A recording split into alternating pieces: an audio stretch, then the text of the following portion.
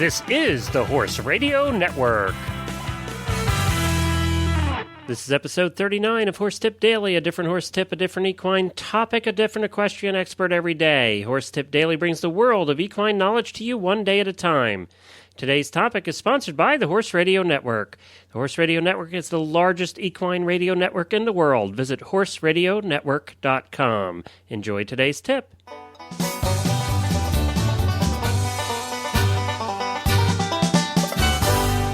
Hi everyone, Glenn the Geek back with you for a new week on this Monday here in Lexington, Kentucky, and a beautiful day it is. Welcome back to Horse Tip Daily. Today we have back with us Megan Ayrault. Megan is one of the leading authorities on animal massage in the United States. She wrote the book, The Horse Lover's Guide to Massage. She also wrote the book, The Dog Lover's Guide to Massage. Megan is a licensed massage practitioner for animals and people and a professional educator with a master's in teaching degree from Seattle University. Prior to her current bodywork career, Megan worked in schools and with horses and enjoyed teaching therapeutic riding for children and adults with disabilities. The therapy horses, as well as her own animals, were her original motivation for learning massage. And we'll get to Megan right after we speak a bit about the opportunities available on the Horse Radio Network. If you run any type of business in the horse world, from the smallest to the largest operation, then we have an opportunity for you. As we all know, magazines and traditional print media are having difficulties and people are not reading them like they used to. They're getting their horse news and equine entertainment in different ways now. That also means that your expensive print ads are not doing as well as they have in the past, and you're looking for alternatives. We have one of those alternatives here at the Horse Radio Network. We have ad spots available on many of the shows, and they are effective and affordable. Our listeners are the most tuned in the horse world, and they are the target demographic that you are trying to reach. For a fraction of the price you are paying for that magazine ad, you could be joining our stable of happy advertisers here at the Horse Radio Network. You can drop me an email at glenn@horseradionetwork.com for more information and rates. That's glenn@horseradionetwork.com. Now on to Megan. Well, hi, Megan. Welcome back to Horse Tip Daily, talking about the world of massage. Yes, thank you. I do appreciate you joining us on a regular basis. It's kind of fun. I always have a bunch of questions for you, and we have a limited amount of time, so I'm glad that we get to have you back over and over again. There's just, you would think that massage would be a fairly simple thing, but it's not. There's so much that goes into it. There really is, and I feel lucky every time I do a massage that I have found this thing for myself to spend time on that is never boring, because you just learn more every time. Well, I got to ask you one thing before we do the tip.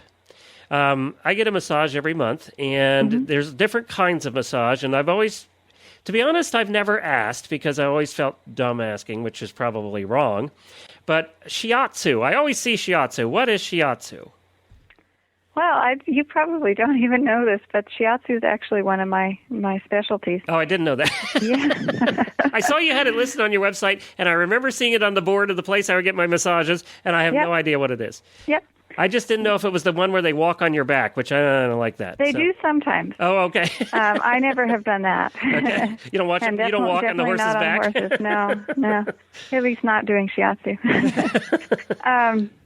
But it's a Japanese form of body work that's a combination of acupressure and something called meridian massage, which means the meridians are the lines of energy that are worked with in acupuncture and acupressure. So instead of using needles or even the acupressure, you can also just massage with compressions following those same lines.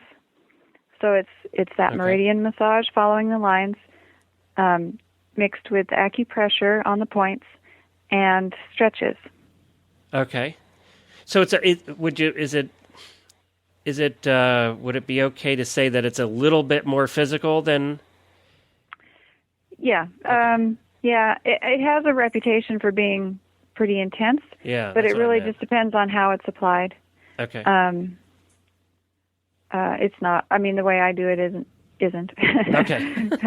I don't go for the pain threshold. Yeah, I don't go for that when I get mine either. So yeah. And I really want to be relaxed. I think especially if you go for shiatsu with a Western trained person, as opposed to somebody maybe more traditionally from Japan. Right. I think it tends to be often not so intense. Okay, gotcha. But still, I mean, if you get on some of those acupressure points and if they are out of balance, they can be very tender. Yeah. All right. Well, that wasn't your tip for the day, but I had to ask. So. Yeah. No, I'm glad you did.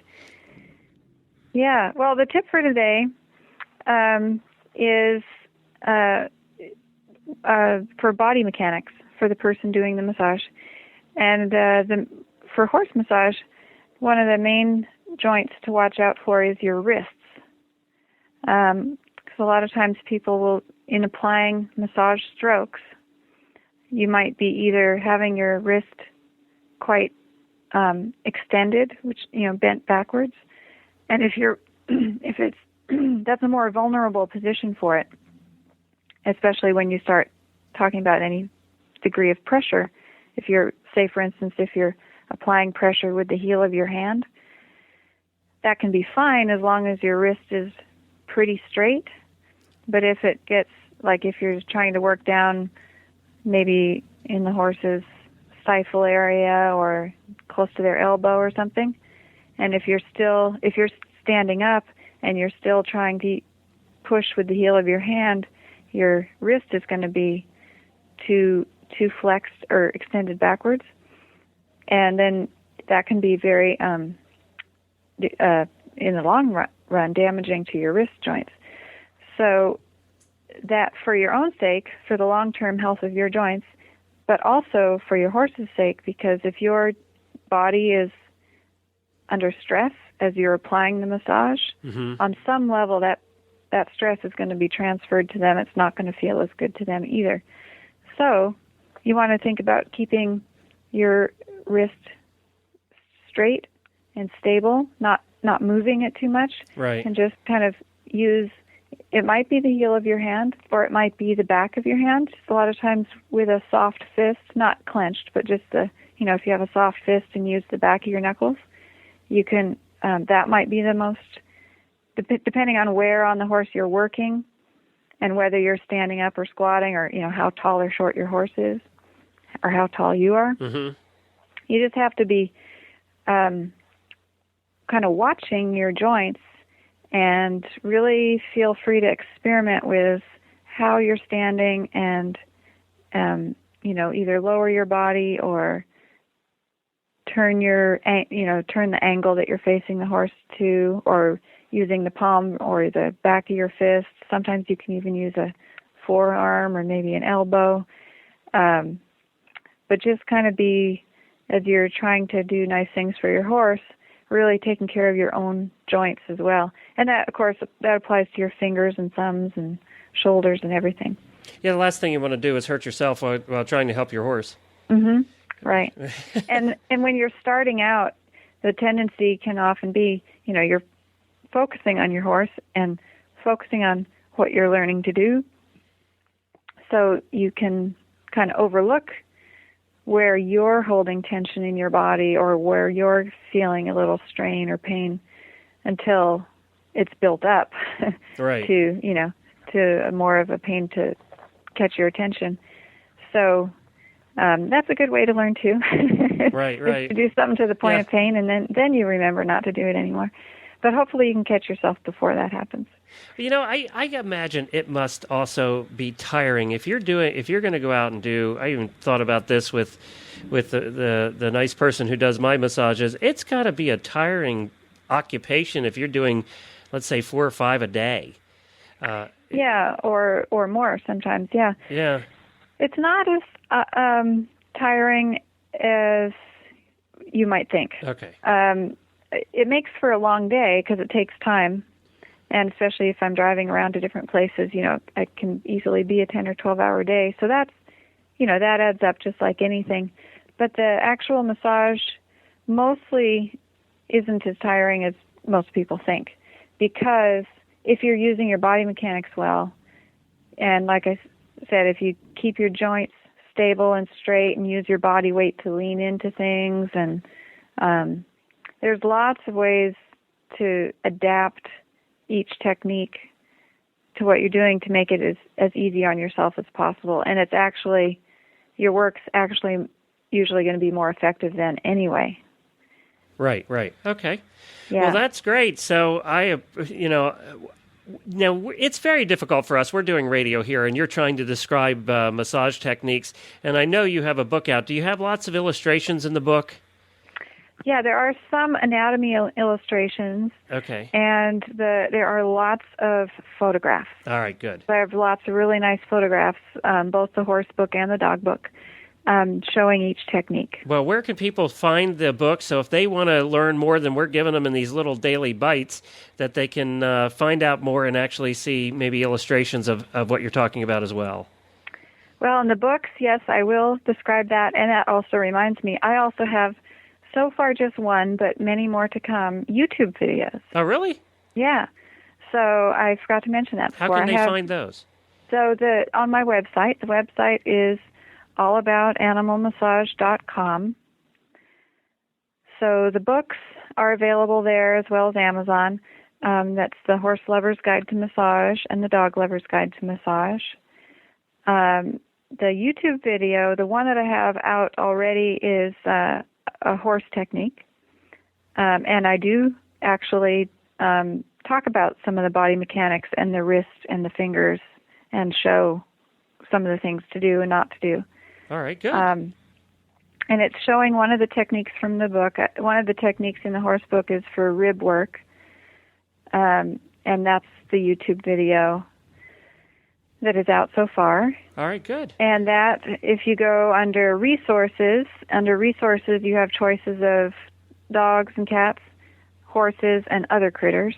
So if you go under horses, it's one of the links. Oh, yeah, I see that there right at the top. Listed there. Rib work YouTube video. Yep. All right, great. Well, that's all at allaboutanimalmassage.com, and we certainly appreciate you being with us on a regular basis here, and we're going to have you back because I have a ton more questions, and I know our listeners probably do as well, and I know you have a bunch more tips to give so that people can do massage on their animals safely. Yes, good. All right, you. Thanks, Megan. We'll talk to you again soon. Well, thank you, Megan, and she'll be back periodically with more massage tips. Be sure to check out our website at allaboutanimalmassage.com. Well, we do have an email for you today.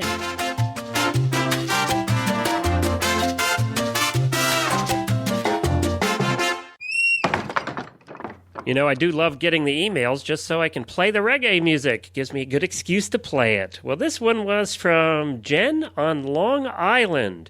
Long way from Jamaica. Thank you for all the shows you do. I listen to them all on my long commute to New York City every day.